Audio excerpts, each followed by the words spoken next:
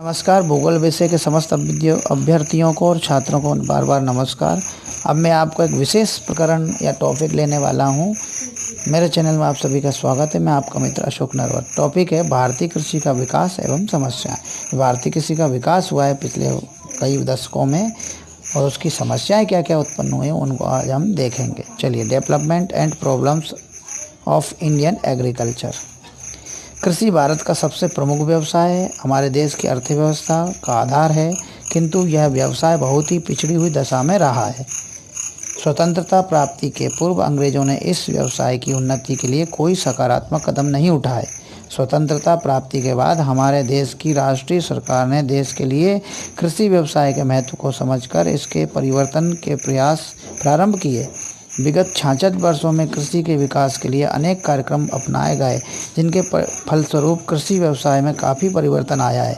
जिन नवीन प्रवृत्तियों से कृषि में सकारात्मक परिवर्तन हुए हैं उनका विवरण निम्न प्रकार से है। तो कौन कौन सी नवीन प्रवृत्तियों से कृषि में जो है सकारात्मक परिवर्तन हुआ है वो देखिएगा। उन्नत बीजों के प्रयोग पर बल। तो ये नवीन प्रवृत्ति है, उन्नत बीजों के प्रयोग पर बल देना। तो इस प्रवृत्ति के कारण क्या क्या फायदा हुआ। उन्नत बीजों के प्रयोग पर बल। कृषि उत्पादकता को बढ़ाने में उन्नत किस्म के बीजों का विशेष महत्व है। अतः विगत वर्षों में गेहूं, चावल, बाजरा, मक्का व ज्वार के नए नए उन्नत किस्म के बीजों की खोज की गई और दिनों दिन इनका अधिकाधिक प्रयोग होने लगा है। इसमें सबसे अधिक सफलता गेहूं में मिली, जहाँ 1997-98 में 75.60 लाख क्विंटल उन्नत बीजों का वितरण किया गया। वहीं 2002-03 में 98.03 लाख क्विंटल और 14-15 में सन 2014-15 में 343.52 लाख क्विंटल उन्नत बीजों का वितरण का लक्ष्य रखा गया था।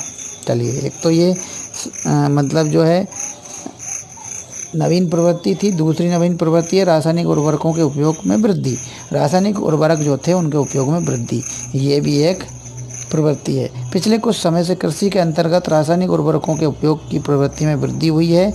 उन्नत बीज के साथ रासायनिक उर्वरकों का उपयोग कृषि उत्पादकता में वृद्धि करने में बहुत सहायक सिद्ध हुआ। अतः वर्ष 1960-61 में जहां देश में कुल 3 लाख टन रासायनिक उर्वरकों की खपत होती थी, वहीं 2002-03 में इसकी खपत बढ़कर 16.94 लाख मीट्रिक टन तथा सन 2014-15 में 255.76 लाख टन होने का अनुमान है।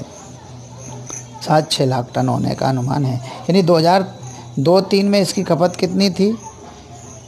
16.94 लाख मीट्रिक टन और 2014-15 में यह बढ़कर कितनी हो गई? 255.76 लाख टन होने के अनुमान हो गए। चलिए, अब बहुफसली कृषि का प्रयोग। बहुफसली कृषि का प्रयोग ये भी एक नवीन प्रवृत्ति है। बहुफसली कृषि का प्रयोग कृषि उत्पादन बढ़ाने की दृष्टि से एक ही खेत में वर्ष में एक से अधिक फसल लेने का प्रयोग वैसे पुराना है, फिर भी कुछ समय से इस प्रवृत्ति को अधिकाधिक लोकप्रिय बनाने के लिए विशेष परियोजनाएं चलाई जा रही हैं। देश में कई स्थानों पर ऐसी योजनाएं चलाई जा रही हैं जहां 2 या 3 फसलें पैदा करने संबंधी प्रदर्शन किए जाते हैं। चलिए, आधुनिक कृषि यंत्रों के उपयोग में वृद्धि। आधुनिक कृषि यंत्रों के उपयोग में वृद्धि। आजकल कृषि में आधुनिक कृषि यंत्रों, ट्रैक्टर, थ्रेशर, हार्वेस्टर, बुलडोजर आदि का अधिकाधिक उपयोग किया जाने लगा है। इससे किसानों के श्रम और समय दोनों में बड़ी बचत हुई। जहां प्रथम पंचवर्षीय योजना तक देश में केवल 21,000 ट्रैक्टर थे, वहीं आजकल इनकी संख्या 10 लाख से अधिक हो गई है। यही बात थ्रेशर आदि के बारे में भी है। चलिए, फसल संरक्षण, अगला पॉइंट। फसल संरक्षण। पहले किसान लोग फसल संरक्षण के लिए कीटनाशक दवाओं का बहुत कम प्रयोग करते थे, जबकि कई फसलों में कीटों के प्रकोप से फसल को भारी क्षति हो जाती थी। आजकल किसान फसल संरक्षण के महत्व को समझने लगे हैं और अब फसल संरक्षण के लिए न केवल भूमि व बीजों को ही उपचारित किया जाता है, अपितु भूमि व फसलों पर कीटनाशक दवाओं का छिड़काव किया जाता है और किसान भरपूर पैदावार का लाभ उठा रहे हैं। चलिए, अगला लघु सिंचाई योजनाएं।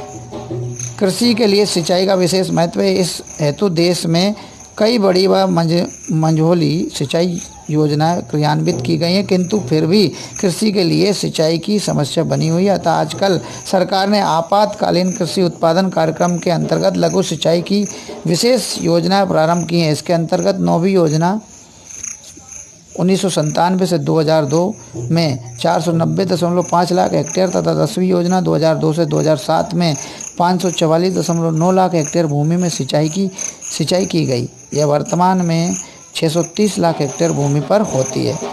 भूमि संरक्षण